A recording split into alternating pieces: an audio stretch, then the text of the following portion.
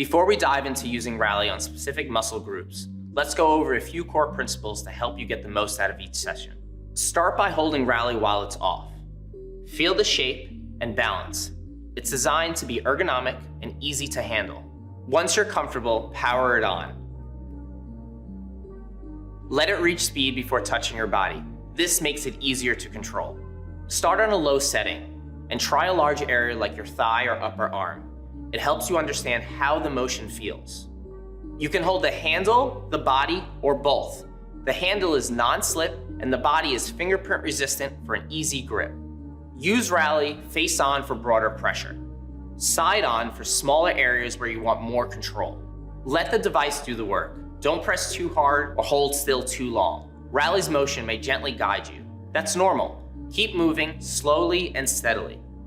Mild warmth and tingling are signs of increased blood flow. It's your body waking up. It's not a problem. Rally's pads are made of hypoallergenic material and is safe to use on your skin or through your clothing. Choose the attachment based on how you feel. All pads are designed for specific uses, and we'll show you how to use each of them. By following these principles, you'll get the most out of every session, safely, effectively, and comfortably.